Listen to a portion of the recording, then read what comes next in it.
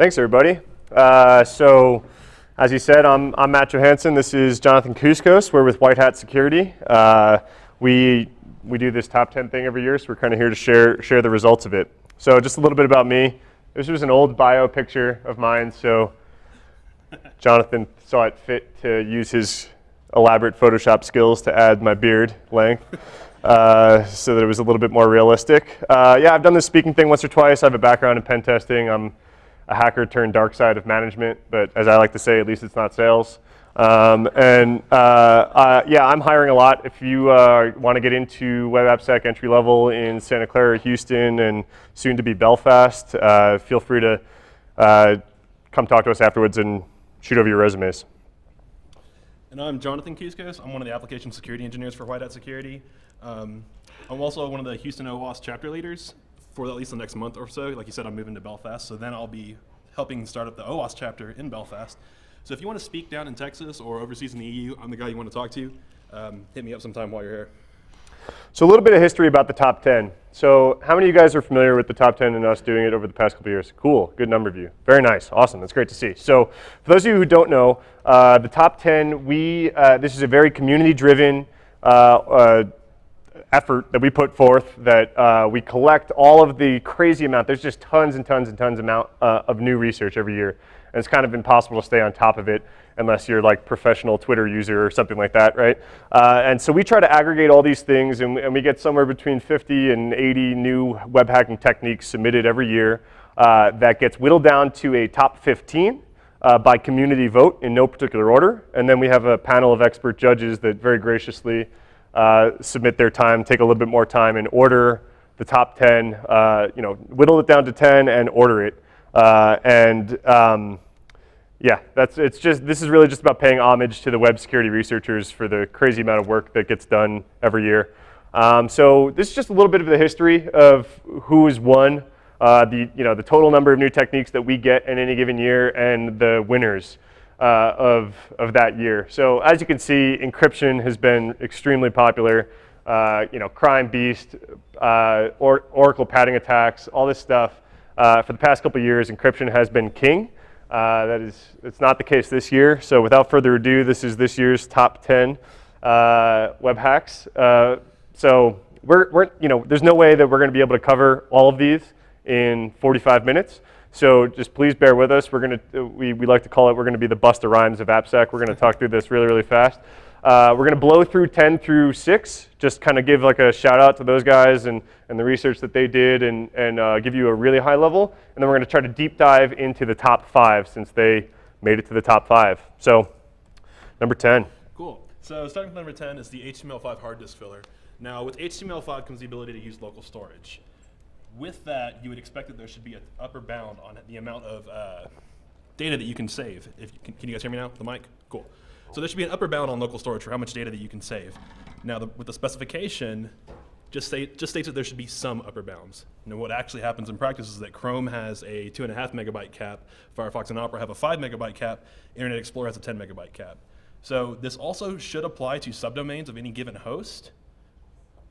Chrome, Safari, and IE all ignore this. Firefox is a little bit better. It will institute a 10 megabyte cap across all shared sources, but the other browsers don't. So what that means is that you can fictitiously fill data up in fictitious subdomains over and over, just iterating through until you essentially fill up the hard drive with junk data.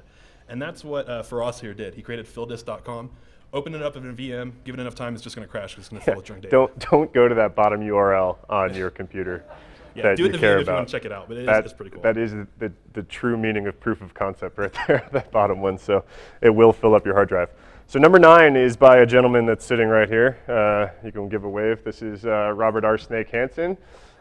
He figured out some cool ways to decloak Tor hidden services. I'm not going to do it remotely any justice, so you can go to that blog link down there.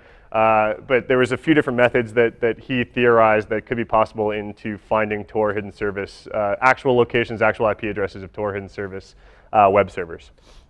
So number 8 is an empirical study done by Sebastian Leaks, Ben Stoke, and Martin Johns for finding DOM XSS automated across the Alexa Top 5000 sites.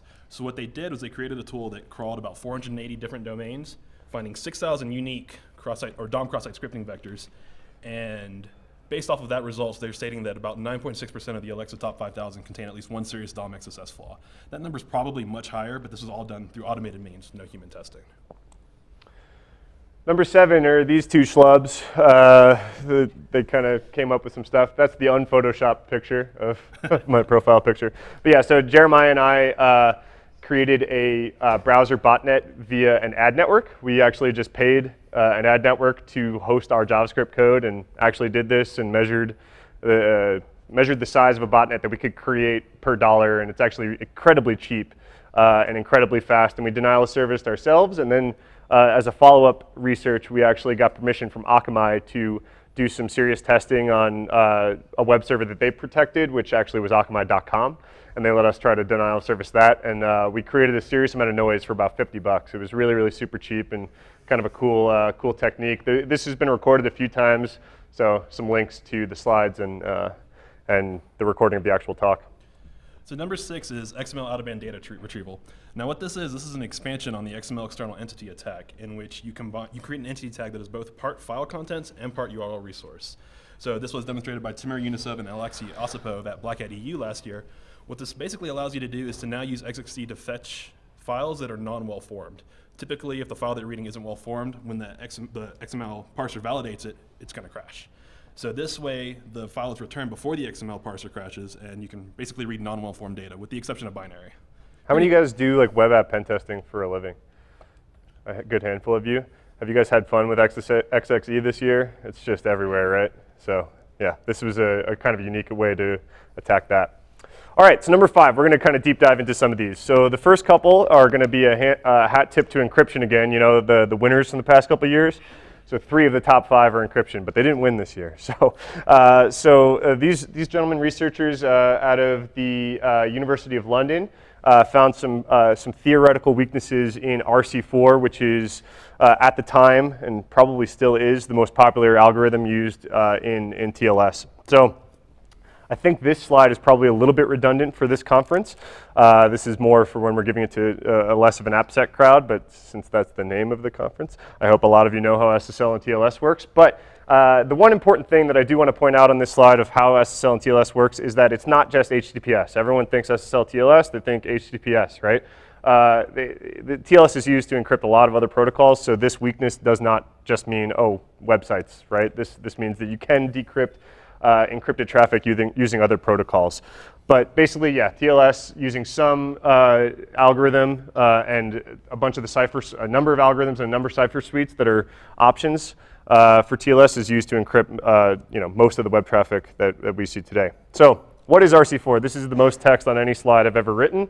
I hate beefy slides like this, but like I said, we're trying to do a whole Black Hat talk in about 5 minutes here, right? So RC4 is one of the algorithms that's used in TLS, and the important takeaway here, you guys can take pictures of this if you don't know about RC4 and you want to read about it, but the important part is that the way that it works is that it's going to take some sort of short key and stretch it out by padding it with pseudo-random bytes. The weakness that is going to be attacked, as you're going to see in the next couple slides, is that pseudo-random is not so pseudo-random when you're looking at really, really large data sets of this stuff.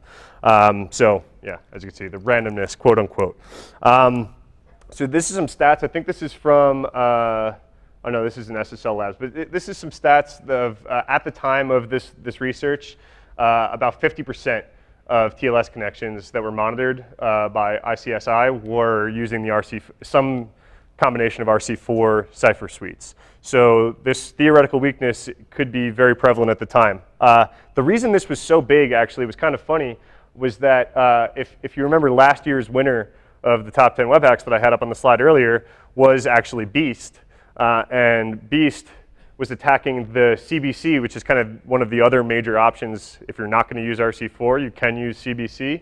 And so one of the remediation efforts for Beast was, hey, switch over to RC4. Well, okay, so now we have weaknesses in RC4. So what's next, right? So yeah, so the last 3 top 10s, I guess, CBC has been attacked. So now RC4 is being attacked. So okay, so there's 2 different attacks being discussed by these researchers here. The first one's a multi-session attack, and what that means is that you're going to need a lot of different TLS handshakes. It's not just one connection at one encrypted TLS connection, it's a lot of them. You're going to need a new handshake every single time, right? So, I mean, and when I say a lot, who wants to do 2 to the 30th for me real quick? Scream it. It's a billion. Okay, so it's a billion TLS handshakes that you're going to need in order to reliably recover the first 220 of the first 256 bits of encrypted traffic. So this is very theoretical at the moment, right? But what do we know about theoretical attacks, right? They're just going to get faster and faster.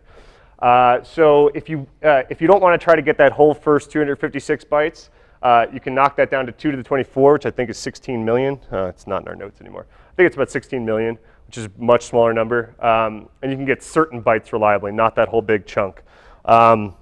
So what's a real world scenario of this, right? So this is really theoretical, but what could, if you could imagine a billion TLS handshakes happening without someone noticing, what could be reliably recovered in the first 256 bits of some connection stream, right?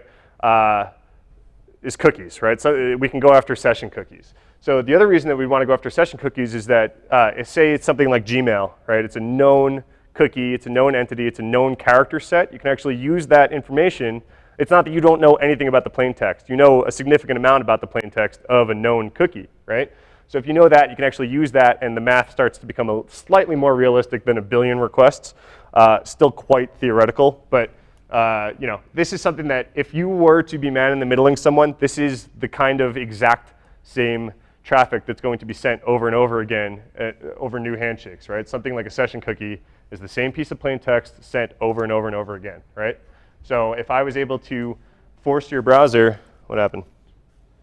And we're back. If I was able to force your browser to just send a lot of requests with JavaScript or something like that, you know, a cookie is a realistic thing that we could go after, right? I kind of covered all this, right? Math goes from your enemy to your friend if you know something about the plain text that you're trying to capture.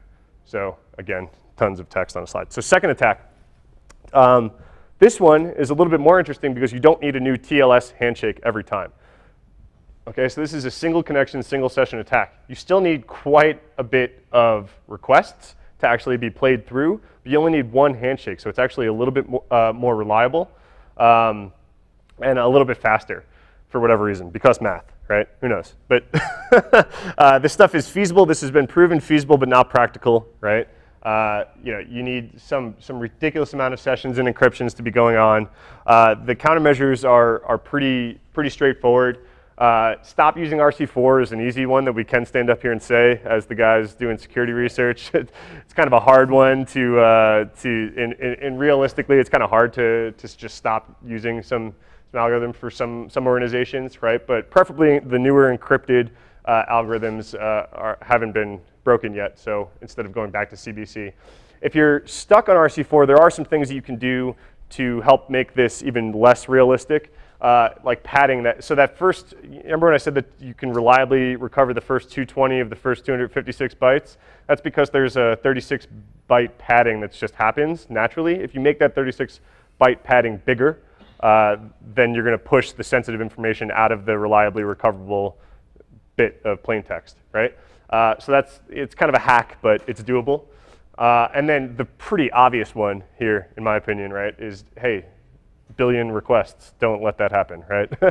let's not let a billion requests with the same session cookie go by in some short period of time. If you just are rate limiting this stuff, it becomes really, really hard to do. So moving on, more encryption. So number 4 is the Lucky 13 attack. Now this is an attack on TLS, but DTLS as well this time, that allows a man-in-the-middle attacker to reliably get some form of plaintext back so long as cipher blockchain encryption is being used. This was discovered by Professor Kenny Patterson and Nehem Alfardin, whom both have past experiences in the analysis of secure network protocols, including SSH, IPsec, TLS, and DTLS, obviously. And they also played a part in the discovery of the past RC4 weakness that Matt just discussed. So the versions in question here that are vulnerable are TLS 1.1 and 2.2, DTLS 1.0 and 1.2, and SSL 3.0 and TLS 1.0. So there is an Oracle padding attack involved in this, and what's significant is that TLS 1.0 does contain fixes to past padding Oracle attacks. They are able to just modify it and kind of get around it. There are also different variations of those versions of TLS and DTLS being used in the wild. Their attack can be tailored to work against those as well. So again, anything that's using cipher blockchain mode encryption is going to be vulnerable.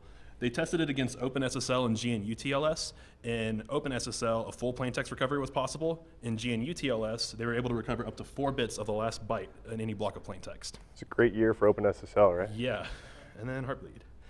So the way that works, obviously, is it uses something that's known as a padding oracle attack. And a padding oracle attack is a cryptographic side channel attack that is performed on the padding of a crypto message. So plain text messages often need to be padded for encryption to occur, and this attack works against the portion of TLS that encrypts it and ensures the honesty or integrity of data. So in order to know how that works, you kind of need to know how a hash-based message authentication code, or an HMAC, works. And the quick, long, and short of it is that HMACs either use SHA-1, MD5, or SHA-256 as the hashing function, and those hash functions share similarity in that they have blocks of input in the size of 64 bytes. Now, if you go from a 64-byte input to a 65-bit input, an entire extra iteration has to be computed, which is going to cause a small but measurable delay. This attack has to be man in the middle, so as these packets are going over the network, they take it, change it, measure the error coming back, and if they can cause extra cycles to be made, they'll know that they're on the right track. So they have to do this multiple times, just like in RC4. It's 2 times 10 to the 23rd in this case, so just about 8 million times. Still a bit theoretical, and the attacker must be on the same LAN. The reason he needs to be on the same LAN is because of network jitter. So doing this over the wire, doing this over Wi-Fi is not that feasible. There's just too much junk in the air. However, if you're doing it over the wire, in about 8 million samples, you can then use statistical analysis to discern what is native jitter to the network. Filter that out, look at the anomalies. Those are the packets that you've tampered with that have given back relevant information. So after all that's done, after you've captured 8 million packets and analyzed them, you only get 16 bytes of encrypted plain text back. So that's an arbitrary large number of work for a very small amount of prize, really. So although this is a bit theoretical on TLS, it's a little bit more practical on DTLS, because when a record fails to decrypt due to a bad MAC or a padding error, TLS is going to kill a session. Datagram TLS doesn't do this at all. Now, should we be worried about something like this? Well, yes and no. No, in the sense that because when they found it, they participated in responsible disclosure, they notified the vendors, got fixes out, and then released their research. However, it's a truism that attacks only get better with time, and we cannot anticipate what improvements to the attacks or entirely new attacks may yet to be discovered. If this research is improved upon and brought out of the theoretical realm to being practically exploited, we're in a whole world of trouble because of the amount of widespread use of TLS, as we all know. Okay, cool. So we got our encryption out of our system for now, right? That's pretty deep stuff. So this one, how many of you guys saw this Black Hat talk? Handful of you? Okay, this is arguably the best Black Hat talk that I've ever seen, all right? This guy got like 2 or 3 standing ovations during his talk. This is a really, really creative talk, really cool hack. He brings a lot of stuff back that we thought we fixed on the web a long time ago, and he used some stuff that I didn't even know was out there, and you're gonna see some of it. So hat tip to Paul Stone here, and again, these slides will be available. So this kind of goes for everything that we're talking about today. We're doing it like this much justice. If you're really interested in this, go watch the full Black Hat talks. This one very much in particular was a very, very good talk. Okay, so a little bit of history. Browser history sniffing, right? So this stuff has been around for quite a while, but one of the techniques to try to steal someone's history to someone's browser was something like a timing attack, right? So you can create some really quick JavaScript that does a timing attack on a website. Basically, it's gonna take, the whole crux of this is the page is going to take longer to load if you're logged in, because there's going to be a lot of content that needs to load, versus when you're not logged in, it's just the login form is going to be a much smaller web page, right? So something like Gmail, you have to load your whole email box. It's going to take a lot more time, measurably different time than the login box on Gmail, right? This, again, it's a technique that's been around for quite a while. Network jitter kind of stops this, makes it a little bit less practical. But even easier than that, back in 2008 is when this one came out. This was really easy. Okay, what happens when you click a link? It turns purple.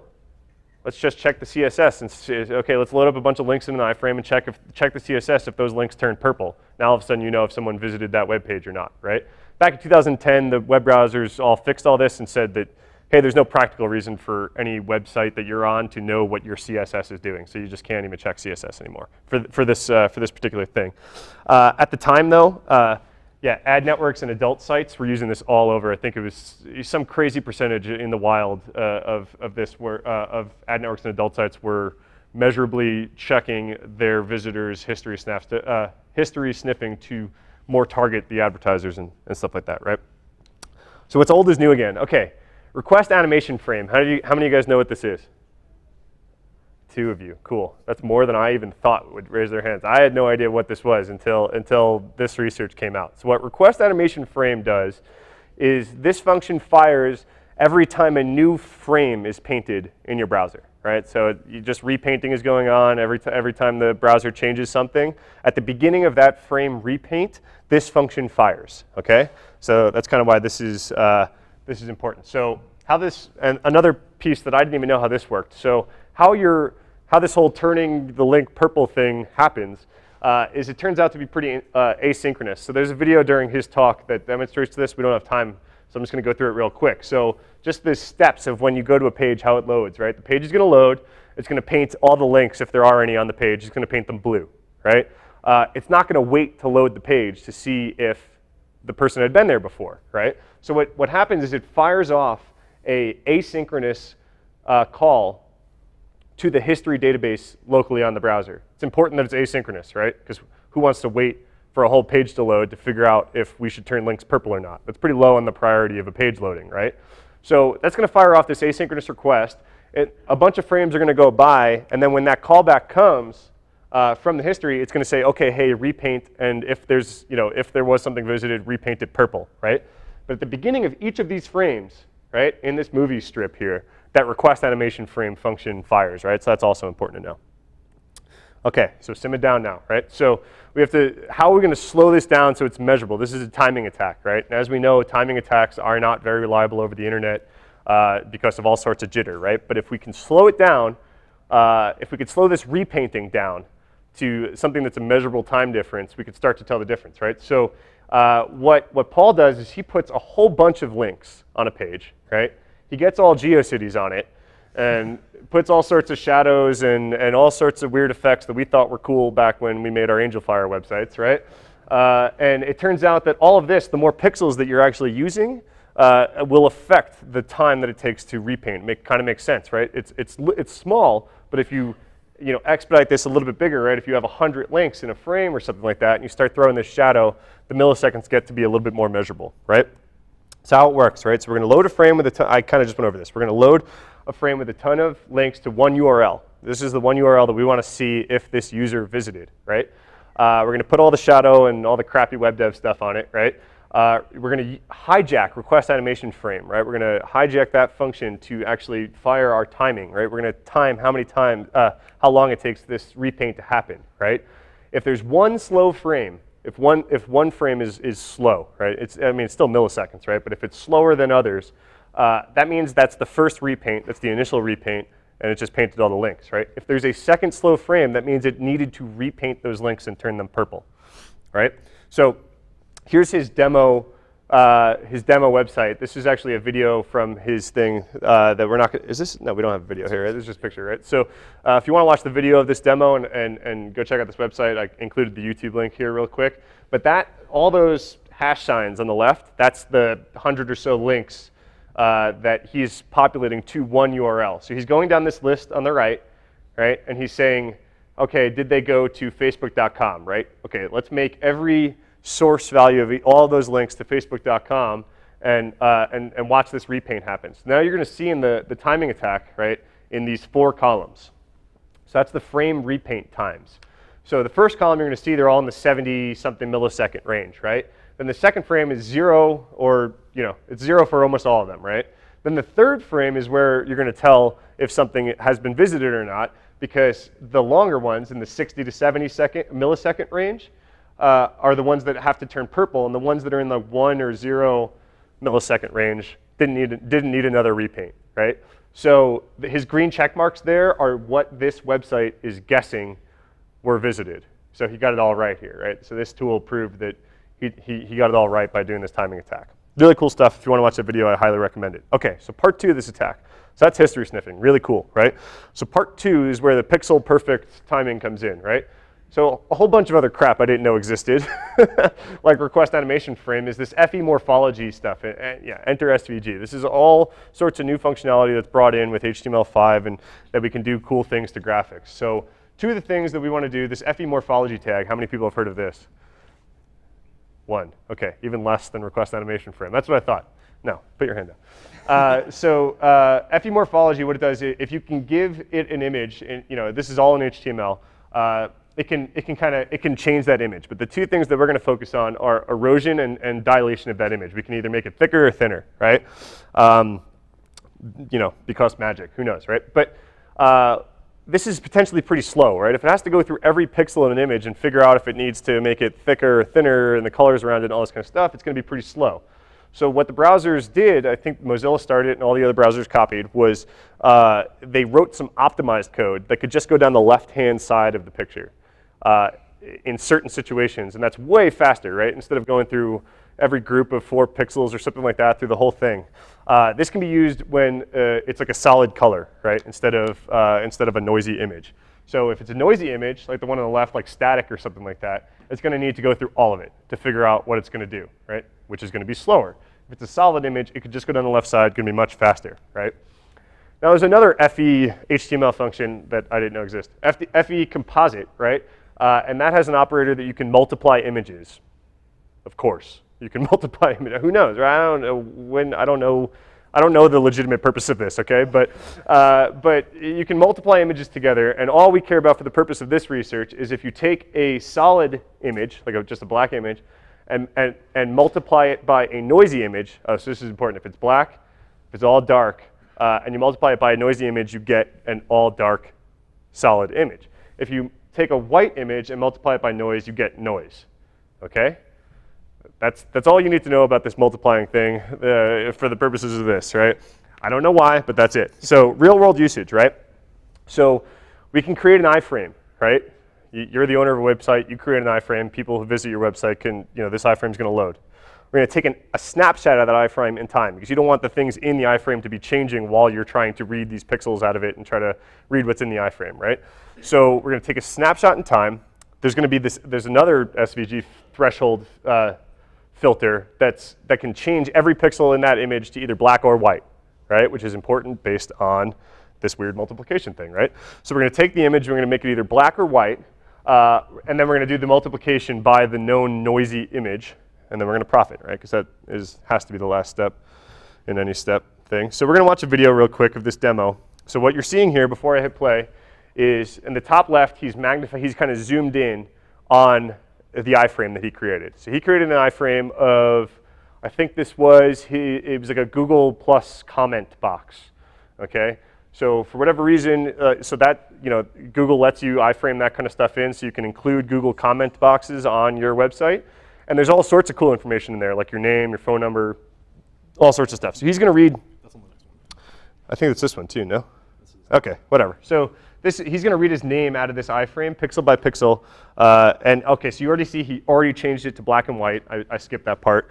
The right is going to be his output, what's coming out of it. And the bottom, it's going to be hard to see in this video, but that's the pixel that he's currently, the resulting of the multiplication that he's kind of looking at. So you're going to see black, and then you're going to see kind of a noisy black. So that's why it's kind of hard to see. But that's the resulting pixel by pixel. And you're going to see him read out of this iframe right when he clicks start here. He's kind of calibrating to the whole thing, and there he goes, pixel by pixel. So you can kind of see the multiplication results changing here and there. I think the smaller one is the noisy one. It's kind of hard to see. If it's slowed down, you would actually be able to see the difference. But there he goes. He reads his own name out of an iframe, right? Which you're obviously not supposed to be able to do. Read the contents of an iframe. So we thought we fixed this a long time ago. Boom, this attack is back. But problems with this. It's a bit slow. You saw it took a little while to go all the way through this whole image. The result is an image. It's just resulting in another image, right? So you just get an image, so a human actually has to look at this image that comes back, right? So what if we wanted it to be faster and we wanted the result to be text, right? We don't want a human to have to look at it. We just want the result to be text so that it can be fed into a program and all this kind of stuff.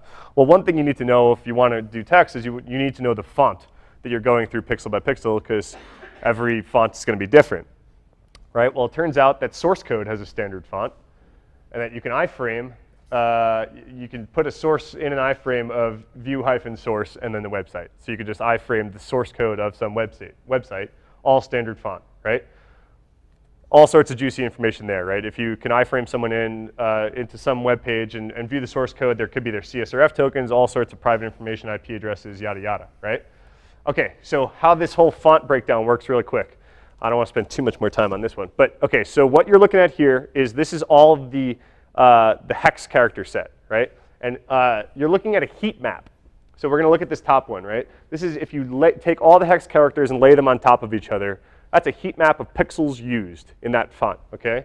The red ones are not necessarily the most used. The red ones are exactly half are used, okay? So what that lets you do is pick a pixel and then divide it in half. Okay, exactly half did use this pixel, exactly half did not use that pixel, and so on and so forth, and you can create a binary tree here so that you can narrow down the number of pixels that you need to read to reliably read some text, right? So in hex, do I have the notes here? Yeah, so in hex, you just need to read 4 pixels. If you read 4 pixels, you know the character, right? In alphanumeric, you need 5, and full special character set, you need 6, right? So one more video here, and then we'll move on. Same thing, that's the iframe, that's the resulting pixel. He's calibrating to the font, and now this is the resulting text that's being spit out of this Google comment box. So there's his Google ID, text by text. See, it's way faster, and the result is not an image. The result is text. So you can actually feed this into something programmatically and use it to hack stuff. Why not have 2 telephone numbers in your Google comment box, right? It's kind of crazy. Okay, cool. So beat that one to death, but I think that one's really cool. So we're going to move on to some more encryption stuff. So now we're moving on to Breach, which is our number 2 attack. And this is an absolutely awesome attack that just completely demolished SSL. And it's so much faster than the past RC4 and Lucky 13 attacks that we were talking about. So this was discovered by Angelo Prado, Neil Harris, and Yoel Gluck at Black Hat USA last year. And they also released an expansion onto this attack that was at Black Hat this year. So they're doing awesome things with this and just completely just demolishing SSL. So a little bit of history real quick. So Crime, you saw on the list, it won last year, two years ago, I forget. Crime won the top 10 a few years back, right? So the history of what Crime was doing is it's decrypting HTTPS traffic that is using request compression, right? So if you're using any sort of request compression, things like Speedy use it by default. Like if you're using a Speedy protocol, use it by default. TLS compression, I'm sorry, not request compression, TLS compression. And at the time, I think the survey said 42% of sites in service were using TLS compression. It makes sense. It's, hey, make it faster, period, right? That's like a no-brainer for anybody. So that's really the important part to know about Crime. It just kind of decrypts any TLS traffic that's being compressed, right? So how this compression works. So, okay, so Breach, instead of using TLS compression on the request, it's worried about the compression on the response. So things like gzip compression, which you guys are probably pretty familiar with, it's really, really popular. That's what Breach is attacking. So a little bit of how this compression works, right? So the one that we're going to focus on is this top one right here. So you can kind of see what's going on. Anytime a string is found in the response, the first time that string is found, it's left alone. But any subsequent time that exact string is found again, a pointer is assigned to it to point to that string earlier in the text, right? So in this case, Googling the Googles, the OOGL is the same string, and so the compression result is going to say, hey, go back 13 characters, go forward 4 characters. It's going to be way smaller. It's going to compress a pretty significant amount. So in real world, right? So this is in HTTP responses, right? Say we had some ability to inject some text into the HTTP response, and we're going to start brute forcing some super secret thing, right? How this attack is going to work is you're going to measure the size of the resulting response, right? So if you're brute forcing this super secret and you have everything but the last letter, that last letter isn't going to compress correctly, right? So say we just had this X, right? You're going to get the whole string is going to compress except for the one you don't have right. So the resulting response is going to be 38 bytes big. As soon as you do get that right, it's going to successfully compress that one more letter in, and you're going to get a response that's measurably smaller. So that's kind of how this attack works. In order to have this work, you're going to need, it's kind of similar to like reflective cross-site scripting when you need an in. You need something that you control in the source code, right? These researchers called it a canary. I kind of like that analogy, right? This is your canary that you're going to use to brute force into this. So a couple things that you need for this to work. Obviously, you need compression. It's all over the web, all browsers support it, no big deal there. Also, it's better if you have fairly stable pages because we're looking for reflection, we're looking for a certain value there, be it a CSRF token, an OAuth token, whatever it is in the response that we want to target ourselves. The more dynamic the page is, they can still do it, it just takes a little bit longer. If the page is completely static, about 30 seconds they can get whatever secret. We need SSL, something that we're actually looking for, and then we also need some type of successful bootstrap sequence. So we need to kind of have 3 characters that we already know are going to be correct before we can continue on. However, the entropy of those 3 characters can be really low. Like that canary, that CSRF token, it's what? Lowercase, uppercase, and numbers. For only 3 characters long, that entropy isn't exactly too high. And this is what's required for breach to actually strip this in 30 seconds, right? This isn't necessarily To required do it for the quickest strip. way. Yeah.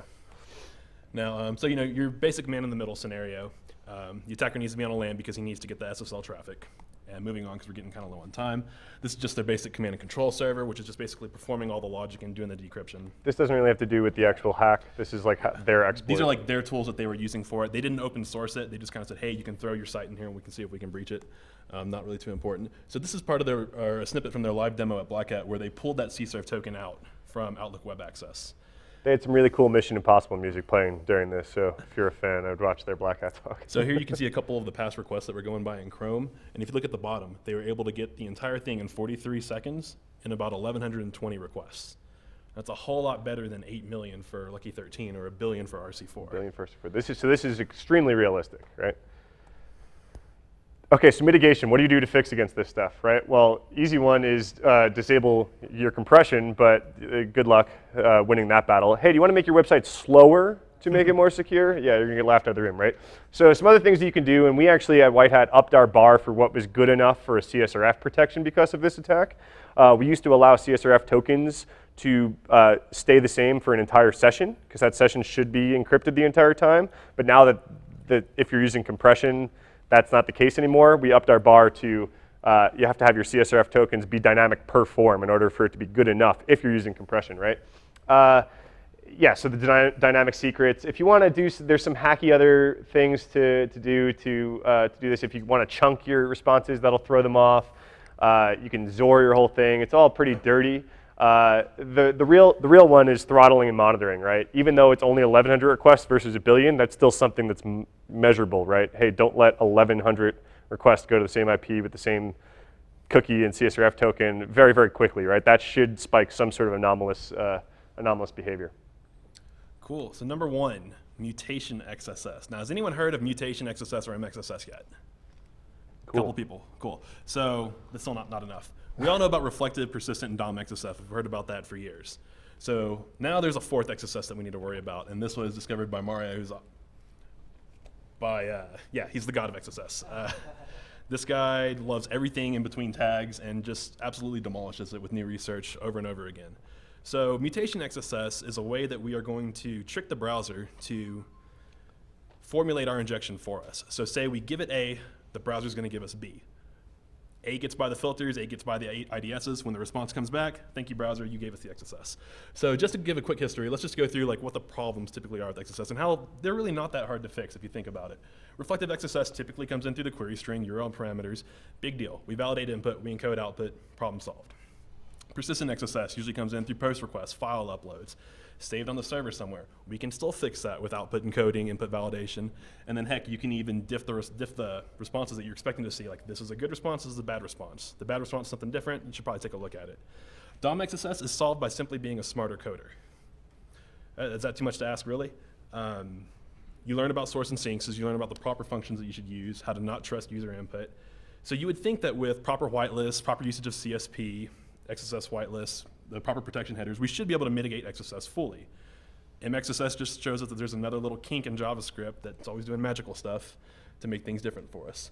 So a little bit of history. Back in IE4, Internet Explorer gave us access to editing the DOM with inner HTML. It was a lot easier and a lot more convenient than the traditional way of doing it. Like the DOM way would be, you create an ID, create a div, create a tag for it, add it to it, append the childs. It's a little bit of a headache. The inner HTML way, create the tag that you want, make it object-oriented, you add the objects to the inner HTML, and then there you go. Real easy. It's easy, it's fast, it just works, everyone does it. Now if you go through code searches for how many people are actually using inner HTML in the wild, no surprise there, it's a butt ton. So 184 in code.google, almost 1.2 million in GitHub. Of the Alexa top 1,000, he found 745 websites using it. This is not surprising. Everyone uses inner HTML. So what we'd like to assume is that inner HTML would be idempotent.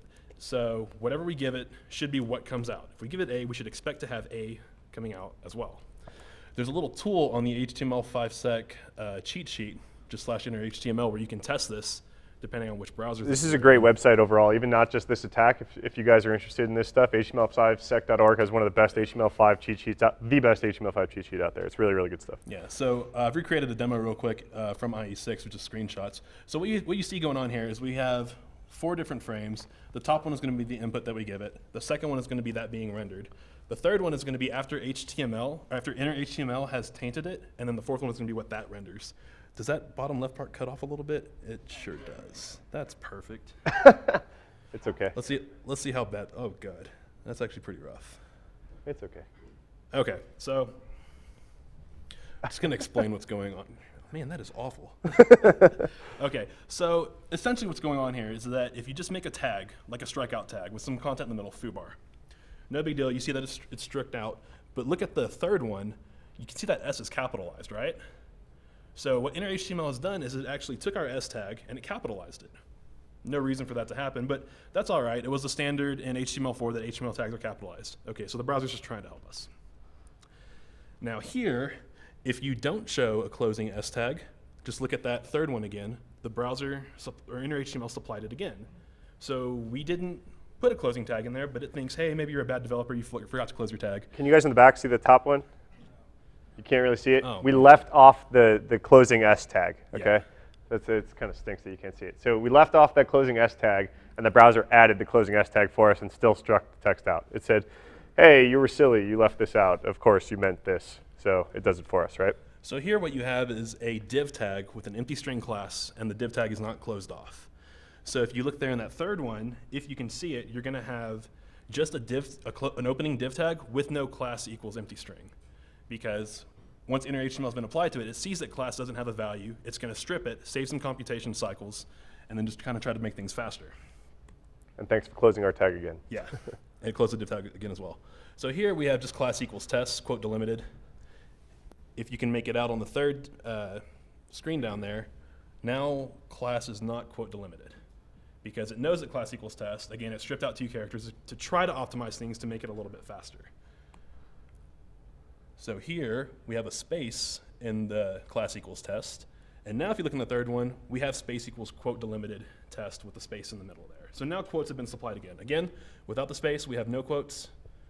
With it, we now have quotes down there. Third box there. So okay, inner HTML is being a little funky based on what input's being given. If you use a single tick, the same thing happens. If you put that single tick at the beginning, so look at the top one, we have double quote delimited single tick test. But in the bottom, those double quotes aren't there anymore. And at the very bottommost tag, foobar doesn't exist anymore. Because now the HTML is broken. We've essentially broken the DOM structure. When you add in a second double tick, that bottom foobar shows back up. So now the tag is actually being rendered. But what it thinks is happening here is that class is an empty string, and then we have an empty attribute named test. So if you look at that top one, we didn't actually try to break out of class by breaking out of it. Inner HTML did it for us. So you would think we can put in a proper injection with that, right? Sure enough, you can. So here we just have image source equals x, class equals quote delimited, or double quote delimited, backtick on error equals alert 1. And then what the inner HTML has done for us after it's transformed it is class equals backtick, which IE6 will process as a delimiter. So there's an empty class, and now on error equals alert 1, the source is going to be the site that I was on, which is html5sec.org/inner-html, because source equals x up there. And you've given a completely non-valid XSS vector. The browser has transformed it, and it's fired. So that's the cool thing about mutation XSS. We're taking the way that inner HTML is going to taint the data. We've given it A, B comes out. A isn't really an injection, B is. So now we have a 4th type of XSS to worry about and really to try to harden our systems against. This is still pretty new. Gareth Hayes also has done a lot of work about this, and his site is like thespanner.co.uk. He has an awesome new write-up about it that I really recommend that everyone check it out and read. So just because we're paying homage to Mario and the people that he does research with, he credits these people for helping him find mutation XSS. So it's only proper for us to do the same thing. So thanks to Gareth Hayes, Yoshi Kasagawa, there's a Russian hacker who goes by the handle Lever1, Eduardo Vela, Dave Ross, and Stefano Di Paolo. So thank you guys. Cool. So what we've learned, right? So what did we learn this year? So what's old is new again, right? We thought we fixed browser history sniffing. We thought we fixed this iframe stuff. We thought we fixed the encryption weaknesses from last year, and a lot of it came back, right? Encryption, once again, even though it didn't take top slot, it took 3 of the top 5. It says that the community really respects the amount of research that goes into encryption research. It's way above my head and pay grade. So yeah, we just want to thank those guys. They're academic and it's phenomenal, even though it's all theoretical right now. It's really, really deep level stuff, and the community still appreciates it. And creativity, that's always something, the GIFR attack back in the day, the pixel perfect timing this year. These are things that are really out of the box thinking. This isn't the traditional do this, hack this, this comes out, whatever, right? This is really creative stuff. Mario using some weird thing that the browser does to try to help you to create a whole new XSS attack vectors is really crazy. So this is just kind of our lessons learned really quick, right? So I just wanted to take a minute to thank our panel of judges. That this is not a small amount of research to wrap your brain around and actually meaningfully vote and order this stuff. So this is a decent amount of time that we're asking them for. I want to ask anyone who's ever voted in one of these top 10 lists, keep doing it. It's awesome. If you've ever submitted a technique, we're getting ready. We're gearing up for the next year's list already. Please, submit us techniques, and when we watch out for the links, you can watch our Twitter handles or anything like that to actually vote on the top 15. Without the community voting on this stuff, this list wouldn't exist. So it's completely community driven. So yeah, and this is just our way of paying homage to all the researchers, all you guys out here. So thanks everyone.